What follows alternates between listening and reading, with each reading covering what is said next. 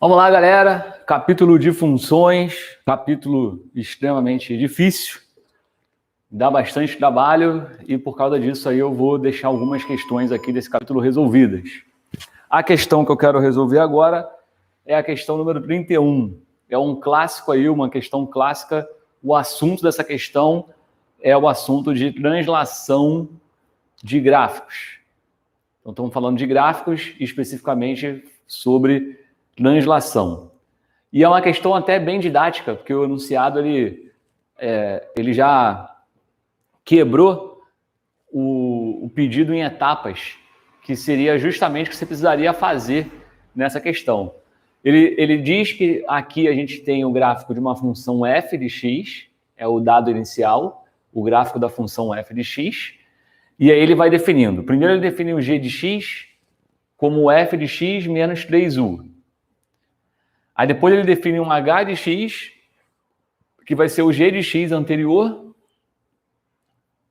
x mais u, né? Não é g de x, é g de x mais u, partindo do g, que é a função anterior.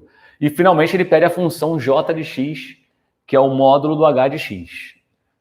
Ele já quebrou em etapas, né? Ele poderia ter pedido uma coisa só, com tudo junto. Ele poderia ter pedido assim, ó. Ele poderia ter pedido para a gente calcular a função j de x, que seria módulo de f de x mais u menos 3u. Ele poderia ter juntado tudo. Aqui eu subtraí o 3u lá fora, eu somei o u dentro do x e botei módulo. Ele poderia ter pedido desse jeito.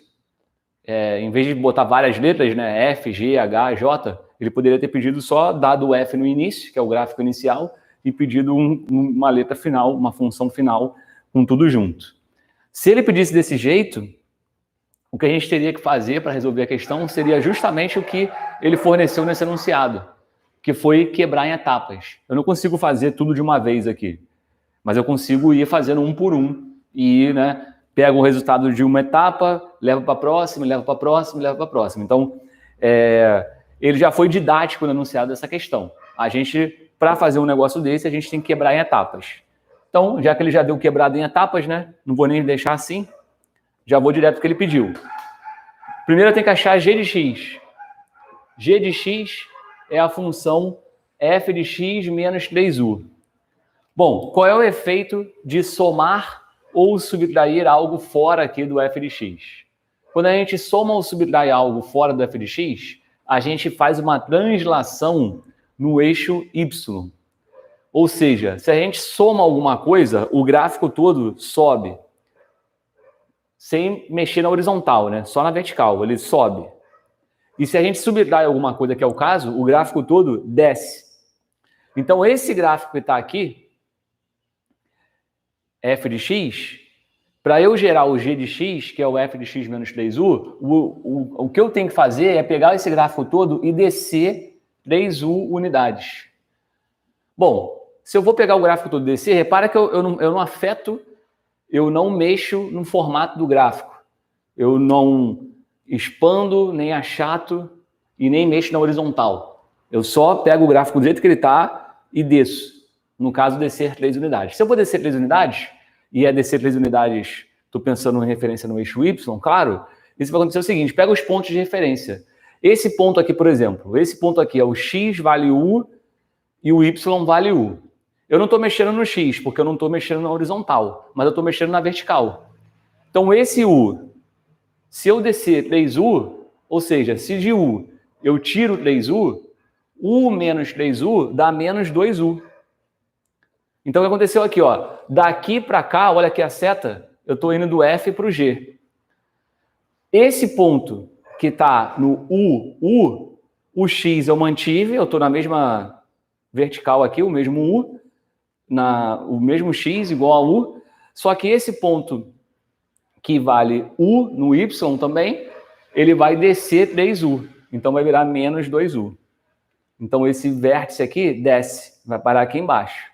Da mesma forma, a função aqui, ela estava querendo pousar, o gráfico dela estava querendo pousar na linha lá de cima do 3U. Esse 3U, quando você tirar 3U, vai virar zero, né? 3u menos 3u virar zero. Então, repara que agora ele quer pousar, mas ele quer pousar no patamar do zero. Aqui a região do y igual a zero. E aqui do outro lado, quando x era 3u, a função dava 2u. 2u, quando eu tirar 3u, vai virar menos u. Então, para o mesmo x, olha lá, 3u, o y correspondente aqui vira menos u. Para 3u, o y correspondente era 2u, mais de 2 eu tiro 3, fica menos 1, menos u. Então, esse é o gráfico da função g de x. Gráfico de g de x. Vou agora para o gráfico de h de x. Qual é o efeito lá na teoria de translação de gráficos quando eu mexo lá dentro do parênteses? Quando você mexe fora lá do parênteses, você mexe na vertical. Quando a gente mexe dentro do parênteses, a gente mexe na horizontal. Mas cuidado, que o raciocínio agora é invertido. Fora do parênteses, na vertical, somar é subir o gráfico, subtrair é descer o gráfico. Dentro do parênteses, somar é fazer o gráfico andar para a esquerda e subtrair é fazer o gráfico andar para a direita. No caso, como eu estou somando o efeito aqui nesse gráfico de g de x é pegar o gráfico e andar u para a esquerda. Repara que eu não vou mexer nos patamares do y. Eu só vou pegar o gráfico e levar do jeito que ele está para a esquerda. Se eu vou levar o gráfico para a esquerda de u unidades, isso significa o seguinte, pega como referência o vértice de novo. Esse vértice aqui, que está no x igual a u, se eu andar u para a esquerda, ou seja, se eu retirar u, ele vai virar zero. Então, daqui para cá, do gráfico do g para o gráfico do h, esse vértice vai para o x igual a zero lá. Esse vértice que estava ocorrendo aqui no x igual a u, se andar para a esquerda, u unidades, ele vai parar no zero. Então, esse ponto vai sair daqui, embaixo, na direção do u, vai andar para cá, vai ficar na direção do zero. Por isso que o vértice agora aqui está no zero. Da mesma forma, esse ponto que era 3u, ó, era 3u menos u. Na vertical eu não estou mexendo agora. Agora eu estou mexendo na horizontal. Esse 3u vai vir u para a esquerda. 3u menos u, ó lá, virou 2u. Então esse ponto aqui também andou. Esse ponto estava aqui, no 3u menos u. Na vertical eu não estou mexendo agora, mas na horizontal eu estou. Andei u para a esquerda. Esse 3u virou 2u.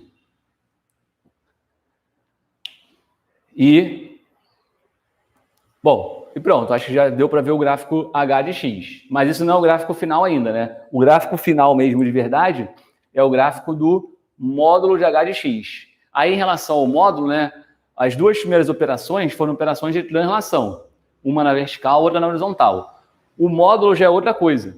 A gente vai ter, inclusive, aí no capítulo de função modular ao longo do caminho, mas como a gente não viu isso ainda, dá para falar aqui rapidamente. Qual é o efeito do módulo num gráfico? Quando você aplica módulo numa função toda, o efeito do módulo é rebater a parte de baixo para cima. O que acontece? O módulo de um número que é positivo, ele é o próprio número, não faz nada no número. Módulo de 5 é 5. O 5 é positivo, o módulo de 5 é ele mesmo. Mas o módulo de um número negativo faz o número ficar positivo. O módulo de menos 5 vira 5. Então, o que acontece? Os pedaços do gráfico que estiverem abaixo do eixo x, que são os valores negativos da função, quando você aplicar o módulo, vão ficar positivos. Então, um valor, esse aqui, por exemplo, esse ponto, deixa eu olhar para cá, esse ponto aqui, que agora vamos do h para o j, né? Do h para o j agora. Esse ponto aqui em y, que é menos 2u, quando aplicar o módulo, vai virar 2u aqui em cima. Então, qual é o efeito? Esse ponto que está aqui embaixo, ele é refletido para cima. Ele está 2u para baixo, ele vai ficar 2u para cima. Mas isso não é exclusividade desse ponto. Qualquer ponto do gráfico que esteja abaixo do eixo x, o desenho todo da função que está abaixo do eixo x é refletido para cima. Então, você vê que o desenho, ó, esse estava com esse desenho aqui para baixo, esse desenho para baixo, se eu rebater para cima, vai ficar assim. parando no 2U lá em cima. Antes parava no menos 2U, agora vai parar no 2U positivo. E o lado direito aqui do gráfico, esse desenho que está aqui todo para baixo, ele vai ser rebatido para cima também. Então, só temos que ter um detalhe, um cuidado agora para você não fazer besteira. Que é uma coisa que eu estava, por enquanto, estava ignorando, mas que nessa etapa daqui para cá, para a gente ser preciso, a gente precisa parar e ver com calma. Essa parte do gráfico aqui, ó, no desenho original aí do enunciado da questão, ela não está muito explícita.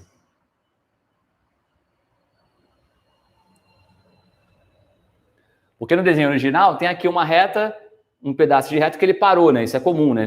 Não tem como você escrever a reta completa, né? Senão o desenho é infinito. Então a gente para de fazer o desenho em algum ponto. Mas agora, nessa parte final de módulo, isso faz diferença. Porque o que acontece? O módulo, ele pega a parte que está abaixo do eixo X e rebate para cima. O que o módulo faz com as partes do gráfico que já estão acima do eixo X? Não faz nada. Se o gráfico tem um pedaço que está acima do eixo X, o módulo não faz nada. O módulo mantém o que está acima do eixo X e pega o que está abaixo do eixo X e rebate para cima. Logo, você tem que ver o seguinte, como aqui tem um pedaço de reta que está subindo, alguma hora essa reta que está subindo vai cruzar o eixo X, né? Vai passar para a parte de cima do eixo X. Então eu tive que ter o cuidado aqui de ver que ponto é esse. Esse ponto vai ser o ponto 4U. Você consegue fazer isso aí com regra de 3, né? Porque você vê que daqui para cá eu andei 2U, andei 2 unidades para a direita, enquanto o cara aqui na vertical andou de menos 2U para menos U. Então, enquanto na horizontal eu ando 2 unidades, na vertical eu ando 1 unidade.